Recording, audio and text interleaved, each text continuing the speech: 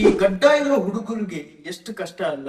ಆಫೀಸ್ಗೆ ಹೋದ್ರೆ ಮ್ಯಾನೇಜರ್ ಹೇಳ್ತಾನೆ ಗಡ್ಡ ಕ್ಲೀನ್ ಆಗಿ ಶೇವ್ ಮಾಡು, ಟ್ರಿಮ್ ಮಾಡು, ಸೆಟ್ ಮಾಡು ಅಂತ.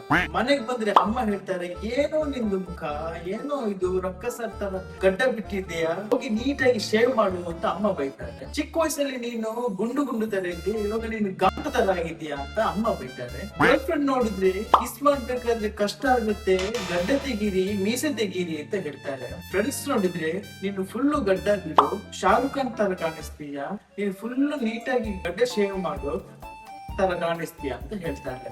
ಯಾರನ್ನ ನಂಬೋದು ಯಾರನ್ನ ನಂಬಾರ್ದು ಅನ್ನೋ ಟೆನ್ಷನ್ ಅಲ್ಲಿ ನಮ್ ಹುಡುಗರು ಬಾರಿಗೆ ಹೋಗ್ಬಿಟ್ಟು 4 ಬಿಯರ್ ಕುಡ್ಬಿಟ್ಟು ಆ ಕಡೆ ಈ ಕಡೆ ನೋಡಿದ್ರೆ ಮತ್ತದೇ ಟೆನ್ಷನ್. ನನ್ ಗಡ್ಡ ಬಿಟ್ಲ, ನನ್ ಗಡ್ಡ ಇಟ್ಲ. ಗಡ್ಡ ಬಿಟ್ರೆ ಏನೋ ಸನ್ಯಾಸಿ ಆಗ್ಲಿಕ್ಕೆ ಹೊರಟಿದ್ಯಾ ಅಂತ ಕೇಳ್ತಾರೆ. ಹೆಂಡತಿ ಬಸ್ಲ ಅಂತ ಕೇಳ್ತಾರೆ. ಮದುವೆ ಆಗ್ದಿರೋ ನನ್ಗೆ ಹೆಂಡತಿ ಮಕ್ಳಿ, ಅದ್ರ ಬದಲು ನೆಮ್ಮದಿ ಆಗಿರೋದು ಗಡ್ಡ ಇದ್ದಿರೋ ನಿಮ್ ಫ್ರೆಂಡ್ ನೋಡಿ ಟ್ಯಾಗ್ ಮಾಡಿ.